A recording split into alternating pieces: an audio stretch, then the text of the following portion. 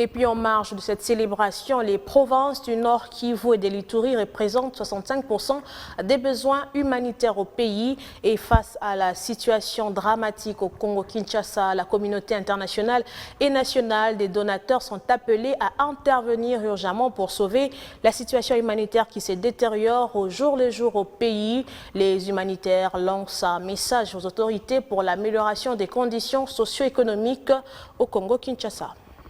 Pour les acteurs humanitaires, représentés par Joseph Inganji, responsable OCHA RDC, l'alerte est rouge par rapport à la prise en charge des personnes vulnérables dans les provinces du Nord Kivu et de l'Ituri, d'où l'appel à la communauté internationale d'intervenir en urgence. Plus de 65% des besoins humanitaires en RDC se situent au Nord Kivu et en Ituri. Avec les ressources financières de plus en plus limitées, nous sommes obligés de ne soutenir seulement que ceux qui sont en situation critique.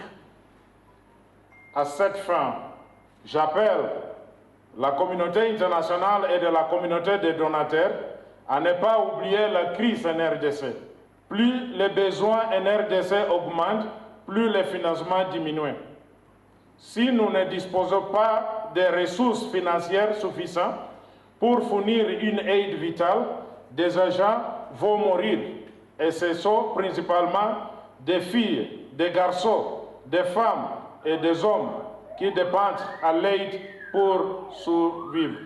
Président de cette cérémonie commémorative de la Journée mondiale de l'aide humanitaire, Steve Mbikai, ministre congolais des actions humanitaires et solidarité nationale, salue le travail abattu par les acteurs humanitaires au pays. De soutenir pour le travail qu'ils abattent dans notre pays pour apporter assistance aux personnes sinistrées suite à différentes catastrophes naturelles et non naturelles. Et aussi remercier les bailleurs de fonds qui ne cessent de contribuer financièrement pour qu'ils puissent avoir des moyens d'apporter cette assistance à la population, notamment en accompagnant notre gouvernement. Parce que le rôle d'assister, c'est d'abord le gouvernement. Et eux viennent en appui à ce que nous faisons. Donc, nous les remercions beaucoup pour ce qu'ils font dans notre pays.